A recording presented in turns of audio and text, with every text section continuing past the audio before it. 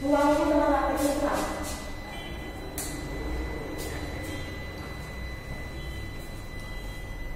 विद्यार्थी मित्रों, आज આપણે ધોરણ 6 વિષય સામાજિક વિજ્ઞાન પાઠ 5મો બરાબર આગળના વિડિયોની અંદર આપણે બુદ્ધ ભગવાન વિશે અને મહાવીરના જન્મથી લઈ અને ત્યાં સુધીનું જોયું હતું। આજે મહાવીરના ઉપદેશોની ચર્ચા કરીશું।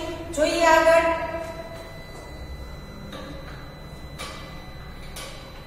બુદ્ધની જેમ જ મહાવીર સ્વામી પણ સંસારને ભય અને દુઃખોથી ભરેલો માને છે। તેઓ ઈશ્વરનો ઇનકાર કરે છે।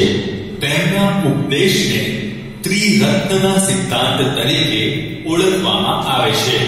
તેમણે નીચે મુજબના 5 વ્રતોનો ઉપદેશ આપ્યો હતો। હવે બુદ્ધ ભગવાને જે ઉપદેશ આપ્યો તો એમ મહાવીર સ્વામીએ પણ એમ કહેવાય કે પોતાના ઉપદેશની અંદર સંસારને કેવો કીધું છે કે ભાઈ દુઃખ ભરેલો, સંસાર કેવો છે કે ભાઈ દુઃખથી ભરેલો। પછી ભાઈ 5 એમ કહેવાય કે વ્રતો આપેલા છે મહાવીર સ્વામીએ। અહિંસા, સત્ય, અસ્તેય, અપરિગ્રહ અને બ્રહ્મચર્ય। બરાબર, આ વસ્તુઓનું આપણે પાલન કરીશું તો આપણે જીવનની અંદર કોઈ પણ મુશ્કેલીનો સામનો કરી શકશું। બરાબર, આપણે આગળ જોઈએ। અહિંસા। મહાવીર સ્વામી માનતા કે હિંસા એ માનવ સમાજનું સૌથી મોટું દૂષણ છે। મહાવીર સ્વામીએ પેલા હિંસા શબ્દ બરાબર અહિંસા કોને કહેવાય એ વસ્તુ આપણે ખબર હોવી જોઈએ કે મહાવીર સ્વામી માનતા હતા કે હિંસા એ માનવ સમાજનું સૌથી મોટું દૂષણ છે। કોઈ પણ વ્યક્તિને મારવું, એ પ્રાણી હોય, પક્ષી હોય, જીવજંતુ હોય કે મનુષ્ય હોય, બરાબર, એ માનવ સમાજનું સૌથી મોટું દૂષણ છે એવું આપણે કહી શકીએ છીએ। બરાબર, આગળ જોઈએ। કોઈ પણ પ્રકારની હિંસા કરવી જોઈએ નહીં। નાનામાં નાના જીવને પણ જીવવાનો પૂરો અધિકાર છે। મનમાં પણ હિંસા કરવી જોઈએ નહીં। પ્રાણી માત્રની રક્ષા કરવી એ જ મનુષ્યનું સાચું કર્તવ્ય છે। હવે તમે વિચારો કે આપણે ઘણીવાર મનની અંદર પણ બીજાના વિશે ખરાબ વિચારતા હોઈએ છીએ, બરાબર, કે આને આમ કરી નાખવું અને આમ કરી નાખવું, બરાબર, તો એવા વિચારો પણ આપણા મનની અંદર લાવવાના નથી। એ પણ એક જાતની આપણી હિંસા જ કરેલી છે। બરાબર, હવે આપણું સૌથી મોટું કર્તવ્ય શું છે? બરાબર, તો આપણે ખબર જ છે કે ભાઈ મૂંગા જે પ્રાણીઓ છે, આપણે ગાય, ભેંસ, બકરી, કૂતરા, ગમે પ્રાણી તમે લઈ લો, બરાબર, જે પાલતુ પ્રાણીઓ છે એ પાલતુ પ્રાણીઓનું રક્ષણ કરવું એ ભાઈ આપણું સૌથી મોટું કર્તવ્ય છે। શું કામ? ભાઈ એનાથી આપણે ઉપર દરજાનો જન્મ મળેલો છે।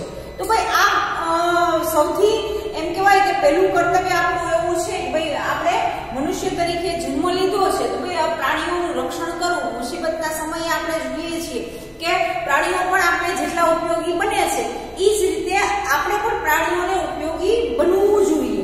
બરાબર, આગળ જોઈએ। સત્ય। ક્યારેય અસત્યનું ઉચ્ચારણ કરવું જોઈએ નહીં। હવે ક્યારેય અસત્યનું ઉચ્ચારણ કરવું જોઈએ નહીં એવું કહેવામાં આવ્યું છે।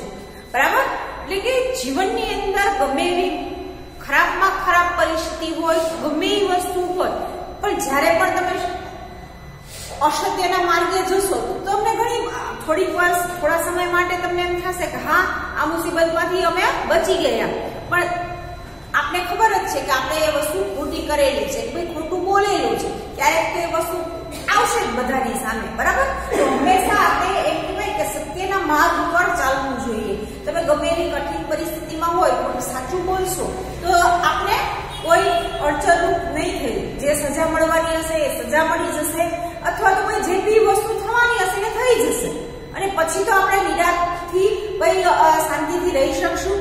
પણ જ્યારે એમ કહેવાય કે આપણે ખોટું કરીએ છીએ, કોઈ ખોટું બોલીએ છીએ તો ભાઈ એ લાંબા સમય સુધી આપણે મગજમાં બીક રહે છે કે આગળ આ ખબર પડી જશે તો આ વસ્તુ ખ્યાલ આવી જશે તો હંમેશા એમ કહેવાય કે સત્યના માર્ગ પર ચાલવું જોઈએ। વિચાર્યા એ સમજ્યા વિના બોલવું પણ જોઈએ નહીં। સત્યના પાલન માટે ક્રોધનો ત્યાગ કરવો જોઈએ। હવે સત્યના માર્ગ પર ચાલવું હોય તો એના ઘણા બધા આપણે કહીએ ઘણું બધી વસ્તુઓનો ત્યાગ કરવો પડે. એક તો ભાઈ ક્રોધ ન કરો, બરાબર. આપણે ખબર છે કે ભાઈ ગુસ્સો તો એમ કહીએ કે ભાઈ નાક ઉપર જ હોય, કઈ છે એટલે સીધું ગુસ્સો આવી જાય છે, બરાબર ને. એ વસ્તુ ન થવી જોઈએ, બરાબર. એ ઉપરાંત એમ કહેવાય કે જો સત્યનો માર્ગ ઉપર સાચું બોલવું, આપણે ખબર છે આપણે જેવા હોય એવા દુનિયાને બતાવવા, બરાબર. દરેક માણસ આપણે જોઈએ છીએ અલગ અલગ પ્રકૃતિના હોય છે. આપણે મોઢે કંઈક મીઠા રહેતા હોય, પાછળથી કંઈક બીજું કહેતા હોય, બરાબર. તો એવા વ્યક્તિઓથી આપણે એમ થાય કે આ વ્યક્તિ સારો છે, પણ હકીકત જયારે બયાન થાય ત્યારે આપણે ખબર પડે તેની જાણ થાય છે.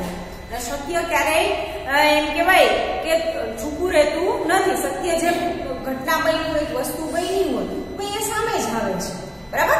પછી આપણે બીજું એના માટે આપણે કીધેલું છે કે વાણી અને શબ્દ, આપણા જે શબ્દ બોલાય છે, આપણી જે ભાષા બોલીએ છીએ એ ભાઈ કોઈને દુખી કરે ને એવી બોલવી જોઈએ નહીં. શબ્દનું આપણે યોગ્ય રીતે વિચારીને શબ્દનો પ્રયોગ કરવો જોઈએ. આપણી ભાષાની અંદર એટલી એમ કહેવાય કે સત્યતા હોવી જોઈએ, બરાબર. તો ભાઈ તમારી ભાષા જેટલી સારી હશે તો ભાઈ સામા વાળા માણસને ખ્યાલ આવી જશે ભાઈ આ કઈ પ્રકૃતિનો માણસ છે. તમારા બોલવાના હાવભાવ, બરાબર, તમારા શબ્દો, તમારી બોલી, આ બધી જ વસ્તુઓથી માણસની ઓળખ થાય છે. તો હંમેશા એમ કહેવાય કે જો સત્યના માર્ગ ઉપર ચાલવું હોય, તમે બધી જ ટીવીની અંદર જોઈ શકો જેટલા મહાન કથાકાર છે કે ઉપદેશક હશે એની તમે ખાલી સ્પીચ જ સાંભળશો ને તો તમે જોશો કે એની પાસે આટલું શબ્દ ભંડોળ ક્યાંથી આવ્યું, બરાબર. આ તમે નાના છો એટલે ભાઈ તમને પ્રશ્ન થાય કે ભાઈ એટલા બધા શબ્દો એ લોકો ક્યાંથી યાદ કરીને બોલી શકે છે. ભાઈ આ કથાકાર છે દાખલા તરીકે, તો એ કથાના એને આખી કથા કેમ મોઢે થઈ જાય છે, બરાબર. તો આપણે ખબર જ છે કે ભાઈ સારામાં સારા પુસ્તકો આપણી પાસે અખૂટ પ્રમાણમાં પડેલા છે, બરાબર. તો એનું દરરોજ વાંચન કરીએ તો આપણું શબ્દ ભંડોળ વધે છે, બરાબર. એ બધા જ શબ્દોનું રિપીટેશન કરતું રહેવું પડે છે. ભાઈ પુસ્તકો વાંચવા પડે છે. નવા તમારે જો જ્ઞાન મેળવવું હોય તો ભાઈ એના માટે પુસ્તકો છે, તો ભાઈ એનું વાંચન કરવું પડે તો આપણું શબ્દ ભંડોળ સુધરી શકે છે, બરાબર. એવું જરૂરી નથી ભાઈ આપણે જોઈએ છીએ કોઈ એવા વાતાવરણમાં ઉછરીને આવ્યો હોય ભાઈ એની ભાષા એવી જ હોય, પણ જયારે એમ કહેવાય કે એનામાં જયારે પોતાની સ્વબુદ્ધિનો વિકાસ થાય છે તો દિવસે દિવસે એનામાં પરિવર્તન આવતું જાય છે, બરાબર. તો એ વસ્તુ પણ થઈ શકે છે કે ભાઈ આપણે આપણી ઈચ્છા મુજબ, એમાં સૌથી મોટો સરળ રસ્તો છે કે ભાઈ પુસ્તકો છે તો ભાઈ એના દ્વારા પણ આપણે ઘણું બધું જ્ઞાન મળે છે, બરાબર. સારા સાહિત્યકારના પુસ્તકો વાંચો. આપણે આ ધાર્મિક ગ્રંથો પણ એટલા સરસ છે, એનો વાંચન કરી અને આપણા જીવનની અંદર આપણે ઉતારીએ તો આપણે ખબર જ છે કે ભાઈ આપણા વર્તન, વાણી, વ્યવહાર બધાની અંદર આપણે ફરક જોવા મળે છે. આગળ જોઈએ. સત્યનું હંમેશા દરેક પરિસ્થિતિમાં પાલન કરવું જોઈએ. અસ્તે ચોરી એ સૌથી મોટું અનિષ્ટ છે. કોઈની પણ અનુમતિ વગર તેની વસ્તુ ગ્રહણ કરવી જોઈએ નહીં. કોઈની આજ્ઞા વગર કોઈના ઘરમાં પ્રવેશ કરવો તે પણ ચોરી છે. તેમ સમજાવી તે સમયના સમાજને ચોરીની વૃત્તિથી દૂર કરવાનો તેમણે પ્રયત્ન કર્યો. હવે તમે વિચારો કે એ સમયની અંદર પણ ચોરી થતી હતી, બરાબર. ચોરી જેવી વૃત્તિ હતી. અહીંયા આપણે એક એક્ઝામ્પલ આપ્યું છે કે કોઈ પણની વસ્તુ હોય, નાની અમથી પેનથી માંડીને કોઈ કિંમતી વસ્તુ હોય, ગમે એની વસ્તુ હોય, આપણે પૂછ્યા વગર લેવી જોઈએ નહીં, બરાબર. આપણે કોઈના ઘરમાં ગયા હોય કે ભાઈ આપણા XYZ આપણા ઘરમાં પણ આપણા મમ્મી પપ્પાની વસ્તુ હોય કે મોટા ભાઈ બહેનની વસ્તુ હોય, ભાઈ આપણે પૂછ્યા વગર અડવાની નહીં. જો આવી ટેવ રાખશું તો ભાઈ આપણે ક્યારેય મુશ્કેલીમાં મુકાશું નહીં. ભાઈ આપણે વસ્તુ જોઈએ છે તો ભાઈ પૂછીને લેવાની, બરાબર. તો એ વસ્તુ કરીશું તો ભાઈ જીવનની અંદર એમ કહેવાય કે એ સમયની અંદર સમાજની અંદર ભાઈ ચોરીની વૃત્તિ હતી એને દૂર કરવાના પ્રયત્ન કર્યા, બરાબર. આપણે ખબર જ છે ઘણીવાર ઘણા છોકરાઓને આદત હોય છે ભાઈ આની વસ્તુ ઝૂંટવીને લઈ લે, કીધા વગર લઈ લે. તો એ આદત કેવી છે ભાઈ? ખરાબ છે. ભાઈ ચોરીની વૃત્તિ, કોઈની પણ વસ્તુ પૂછ્યા વગર લઈ લેવી એ એક ચોરી કરી હોય એવો ભાવ આપણામાં ઉત્પન્ન કરે છે ને એ વસ્તુ કરવી જોઈએ નહીં. અપરિગ્રહ મનુષ્ય પોતાની જરૂરિયાત કરતા વધારે ચીજ વસ્તુઓ, ધન ધાન્ય, આભૂષણો, વસ્ત્રોનો સંગ્રહ કરવો જોઈએ નહીં. હવે આ એક બહુ જ સરસ વસ્તુ આપણે વર્તમાનમાં પણ લાગુ પડે છે, બરાબર, કે આપણી જરૂરિયાત છે એટલું જ આપણે રાખવું જોઈએ, બરાબર. આપણી જરૂરિયાત કરતા વધારે વસ્તુઓનો સંગ્રહ કરશું તો એ આપને ખબર જ છે કે ભાઈ એ વસ્તુઓનો બગાડ જ થાય છે, બરાબર. એ વસ્ત્રો હોય, આભૂષણ હોય, પૈસા હોય, તમે જુઓ પૈસાદાર લોકોનું એક્ઝામ્પલ લેશો, એના ઘરમાં અખૂટ પ્રમાણમાં પૈસા હશે તો એ ખોટા રસ્તે પૈસા જવામાં એમાં બે મત નહીં હોય, બરાબર. ખોટી જગ્યાએ વધારે પૈસા જતા હશે, બરાબર. એટલે આના ઉપરથી આપણે શીખી શકીએ છીએ કે આપણી જરૂરિયાત મુજબની નાની વસ્તુ, હું તો એમ કહું છું કે આપણે જમવાની, ખાવા પીવાની વસ્તુથી માંડી પહેરવાના વસ્તુઓથી લઈને બધી જેટલી જરૂરિયાત છે એટલું જ આપણે રાખવું જોઈએ.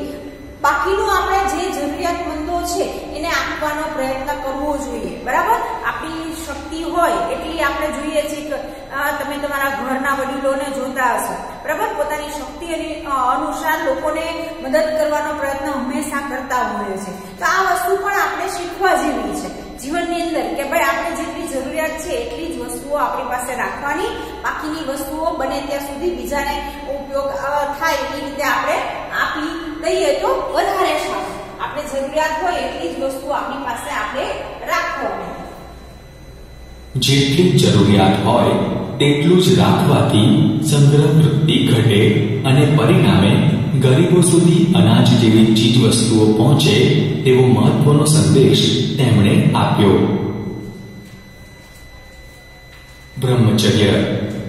તેમણે જૈન સાધુઓ અને સાધ્વીઓને બ્રહ્મચર્યનું પાલન કરવા ખાસ જણાવ્યું હતું. ત્રિરત્ન એટલે કે રત્નત્રયી સિદ્ધાંત એટલે સમ્યક દર્શન, સમ્યક જ્ઞાન અને સમ્યક આચરણ. મહાવીર સ્વામી એક મહાન સુધારક તરીકે. મહાવીર સ્વામીએ કર્મકાંડ અને યજ્ઞોનો વિરોધ કર્યો. તેમણે ઈશ્વરનો ઇનકાર કર્યો. યજ્ઞમાં થતી પશુ હિંસાની નિંદા કરી. સ્ત્રીઓને સમાન અધિકાર આપવાની વાત કરી. બુદ્ધની જેમ જ તેમણે લોકોને પ્રાકૃત અને અર્ધ માગતી ભાષામાં ઉપદેશ આપ્યો. સાદા અને સરળ ઉપદેશથી લોકોનું જીવન બદલી નાખ્યું. નિર્વાણ. 72 વર્ષની વયે પાવાપુરીમાં તેઓ નિર્વાણ પામ્યા. હવે તમે જુઓ જેમ બુદ્ધના જીવન નું આપણે જોયું એ જ રીતે મહાવીર સ્વામીએ પણ પોતાના ઉપદેશની અંદર લોકોને સરળ ભાષામાં, બરાબર, સરળ શબ્દોમાં સમજાય એ રીતે લોકોને પોતાનું જ્ઞાન ઉપદેશો આપ્યા ને એ ઉપદેશો ઉપરથી લોકો જે કર્મકાંડની વિધિ છે, બરાબર, પશુ હિંસા થતી હતી, બરાબર, જે છૂઆછૂતના રિવાજો હતા એ બધા જ રિવાજો, પછી સ્ત્રી પુરુષમાં અસમાનતા હતી એ બધી જ વસ્તુઓ દૂર કરવાનો પ્રયત્ન કર્યો, સમાજમાં જાગૃતિ લાવવાનો પ્રયત્ન કર્યો. કોઈ આ વસ્તુ યોગ્ય છે નહીં, આ વસ્તુ કરવી જોઈએ નહીં. જેટલો સ્ત્રીઓને અધિકાર જીવવાનો છે એટલો પુરુષોને છે, બરાબર. પછી આપણે જોઈએ કે 72 વર્ષની વયે પાવાપુરીમાં તેમનું નિર્વાણ પામ્યા હતા એવું અહીંયા આપણે સ્પષ્ટ ઉલ્લેખ કરેલો છે. નિર્વાણ પામવું એટલે કે ભાઈ આગળ મેં તમને જણાવ્યું ભાઈ મૃત્યુ પામવું, બરાબર. 72 વર્ષની વયે પાવાપુરીમાં એનું મૃત્યુ થાય છે અને જે બૌદ્ધ ધર્મમાં જે વસ્તુનો સંદેશો, જ્ઞાન પ્રાપ્તિ એ જ વસ્તુ અહીંયા આપણે જૈન ધર્મની અંદર પણ જોવા મળે છે. નકશાની અંદર પણ અહીંયા તમને બતાવેલું છે પાવાપુરી ક્યાં આવેલું છે. અહીંયા આખો ભારત દેશનો નકશો આપેલો છે અને જે આ પહેલાના સમયનું પાવાપુરી સ્થાન છે એ અહીંયા દર્શાવેલું છે. આ સ્થળે એનું મૃત્યુ થાય છે. આગળ જોઈએ. આવી જ રીતે આજથી લગભગ 2500 વર્ષ પહેલા ગૌતમ બુદ્ધ અને મહાવીર સ્વામીના ઉપદેશથી લોકોને નવા વિચારો મળ્યા. હવે અહીંયા સ્પષ્ટતા કરેલી છે કે આ બંને મહાન વ્યક્તિઓ ક્યારે થઈ ગયા? આજથી 2500 વર્ષ પહેલાની વાત છે, બરાબર? 6ઠી સદી એટલે કે આજથી 2500 વર્ષ પહેલાની વાત છે. એની અંદર મહાવીર સ્વામી અને બુદ્ધ ભગવાન થઈ ગયા છે, જેણે અહીંયા તમને ધાર્મિક ક્રિયાકાંડો અને દૂષણોને દૂર કરવાના પ્રયત્નો કર્યા છે એ સમયની અંદર, બરાબર? મેં અહીંયા આ પાઠની શરૂઆતની અંદર પણ ચિત્ર આવેલા છે, ફરી આ પાઠના અંતમાં પણ આપેલા છે કે બાળકીને દૂધ પીતી કરવી, સતી પ્રથાનો રિવાજ, છૂવાછૂતનો રિવાજ, પશુ હિંસા, બરાબર? આવા જે દૂષણો હતા એ દૂષણોને દૂર કરવાનો એ સમયે એમ કહેવાય કે આ બે મહાન વ્યક્તિઓએ પૂરતા પ્રમાણમાં પ્રયત્નો કરેલા છે, સમાજમાં જાગૃતિ લાવેલી છે, બરાબર? એ વસ્તુ અહીંયા આપણે દર્શાવેલી છે. આગળ જોઈએ. એ સમયના ધાર્મિક ક્રિયાકાંડો અને દૂષણો દૂર થયા. મોટી સંખ્યામાં લોકો તેમના અનુયાયી બન્યા. હવે તમે વિચારો કે આ બંને સંપ્રદાય છે અત્યારે પણ કાર્યરત છે, બરાબર? જૈન તીર્થંકરના મંદિરોથી લઈ એના અનુયાયીઓ, એના શિષ્યો, બરાબર? આજે પણ તમને જોવા મળે છે. આજે પણ એમ કહેવાય કે આ બંને ધર્મ છે એનો વિકાસ થયેલો આપણે જોવા મળે છે. આજે પણ એની ઘણી બધી સંસ્થાઓ આખા દેશ વિદેશની અંદર કાર્યરત થયેલી આપણે જોવા મળે છે. તો આ મોટી સંખ્યામાં એમ કહેવાય કે લોકોમાં આ જાગૃતિ આવતી ગઈ. દિવસે ને દિવસે લોકો જોડાતા ગયા. શું કામ? કે આપને ખબર જ છે કે સત્યના માર્ગ પર ચાલવું, બરાબર? એ સાચું શું શેમાં છે? કોઈ સંસારમાં છે કે ભાઈ સંસારથી બહાર જઈને તમે જો જ્ઞાન પ્રાપ્તિમાં કરવી હોય, જ્ઞાન મેળવવું હોય તો ભાઈ સંસાર છોડીને જવું પડશે, બરાબર? દિવસે ને દિવસે એમ કહેવાય કે આના શિષ્યોની સંખ્યા વધતી જાય છે, બરાબર? એ જૈન સંપ્રદાય હોય કે બૌદ્ધ સંપ્રદાય હોય, એના અનુયાયીઓ આપણે આજે પણ જોવા મળે છે. આપણે એવું કહી શકીએ છીએ. આગળ જોઈએ. બંને ઉપદેશકોએ શાંતિ અને સદાચારનો માર્ગ અપનાવવા લોકોને અનુરોધ કર્યો અને આ રીતે તેઓ સમાજના સદવિચાર પ્રવર્તક બની રહ્યા. હવે આ બંને એમ કહેવાય કે ઉપદેશકોએ આપણે શાંતિ સદાચારના માર્ગ અપનાવવાનું લોકોને કહ્યું. ભાઈ શાંતિથી જીવન જીવો, બરાબર? અડચણરૂપ ના થાવ, સારા વિચાર રાખો, બરાબર? જો આપણે ખરાબ વિચારીશું તો આપણી વૃત્તિ કેવી થઈ જશે? દિવસે દિવસે ખરાબ થતી જશે, બરાબર? આપણે મેં તમને કીધું કે ખરાબ વિચારમાં પણ તમે દૂષણ કરશો તો આપણો જ વિચાર ખરાબ થશે. એ વસ્તુ આપણે કહી શકીએ છીએ, બરાબર? પછી અનુરોધ કર્યો અને આ રીતે એમ કહેવાય કે સમાજમાં સદવિચાર પ્રવર્તક બન્યા. એટલે એ રીતે એમ કહેવાય કે એ સમયની અંદર આજથી 2500 વર્ષ પહેલા લોકોમાં જાગૃતિ આવી ને લોકો સદવિચાર અપનાવવા લાગ્યા કે ભાઈ આવું ક્રિયાકાંડ કરવાથી કે ભાઈ પશુની હિંસા કરવાથી કે બલિ ચડાવવાથી જો આપણે કંઈ મળતું હોય તો એ વસ્તુ ભાઈ ખોટી છે. એવું કઈ પશુ હિંસા કરવાની કે ભાઈ જીવતા અગ્નિમાં બેસી જવાનું કે બાળકીને દૂધ પીતી કરવી એ વસ્તુ કઈ થશે નહીં, બરાબર? એવું કરવાથી આપણે ખબર જ છે પહેલાના સમયની અંદર બાળકીને દૂધ પીતી કરવાનો રિવાજ હતો ને, એ સમયે એક સમય એવો આવ્યો કે ભાઈ સ્ત્રીઓની સંખ્યા ઘટતી ગઈ. અત્યારે વર્તમાનમાં પણ તમને કહું તો ભાઈ પુરુષોની સંખ્યામાં સ્ત્રીઓની સંખ્યા ઓછી છે. શું કામ? અત્યારે તો આપણો સમાજ ઘણો બધો જાગૃત થઈ ગયો છે, બરાબર? હું તમારા જેમની નાની ઉંમરની હતી એ સમયે એમ કહેવાય કે આપણા સમાજમાં બહુ જ હતું ભાઈ દીકરી તો હોવી જ ના જોઈએ, બધાને એમ કહેવાય કે દીકરાનું વધારે હતું. આજે પણ આપણે ઘણા વડીલોની સામે સાંભળીએ છીએ ભાઈ દીકરો તો જોઈએ જ. તો એ જે દૂષણ છે એ દૂષણ એમ કહેવાય કે આજથી 2500 વર્ષ પહેલા પણ હતું, બરાબર? અત્યારે આપણે જોઈએ ઘણો બધો સુધારો થઈ ગયો છે. આજે એમ કહેવાય કે આજની સ્ત્રીને આપણે પુરુષ સમોવડી ગણીએ છીએ, બરાબર? બધા જ ક્ષેત્રની અંદર આપણે સ્ત્રીઓ કામ કરતી જોવા મળે છે, ઘરની બહાર નીકળીને, બરાબર? ઘરનું પણ કરે છે, બાળકોનું પણ કરે છે અને એ ઉપરાંત એમ કહેવાય કે પોતાનો વ્યવસાય પણ કરે છે. તો સ્ત્રી છે એ બધું જ કરી શકે છે. આપણે એમ કહીએ ભાઈ એને પુરુષથી ઓછી સમજવી ના જોઈએ, બરાબર? એ વસ્તુ એમ કહેવાય કે આ વર્ષો પહેલા પણ આપણે સમજાવેલી છે.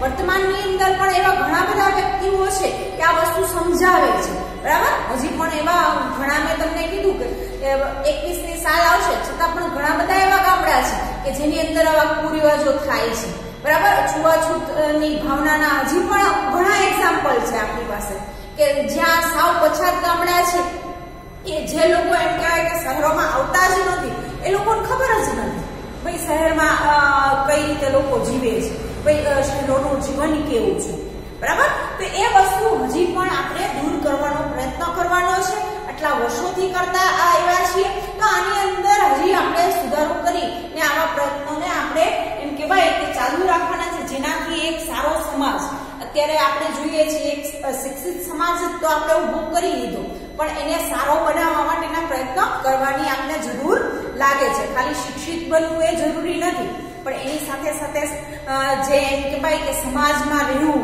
સમાજના નિયમોનું પાલન કરવું, બરાબર. સમાજના વિચારોને એક્સેપ્ટ કરવા. આપણે જોઈએ છીએ એક પેઢી બીજી પેઢીને સ્વીકારતા નથી. અત્યારે આપણા વિચારોની અંદર અંતર આપણે જોવા મળે છે. પહેલાના સમયની અંદર સંયુક્ત કુટુંબ જોવા મળતા હતા, અત્યારે આપણે આપણા ઘરમાં જોઈએ વિભક્ત કુટુંબ જોવા મળે છે. શું કામ? કે પેઢી દર પેઢીના વિચારો બદલાતા રહ્યા છે, બરાબર. તો એ વસ્તુ એમ કહેવાય કે એની અંદર હજી પણ આપણે સુધારો કરવાની જરૂર છે. આપણા સમાજની અંદર જો આવા લોકો નો સાથ રહેશે તો આપણે આ વસ્તુ પણ સુધારી શકીશું. આપણા ઇતિહાસની અંદર આપણે આ એક્ઝામ્પલ આપેલું જ છે, બરાબર. તો એના ઉપરથી આપણે ઘણું બધું શીખી શકીએ છીએ. આગળ જોઈએ.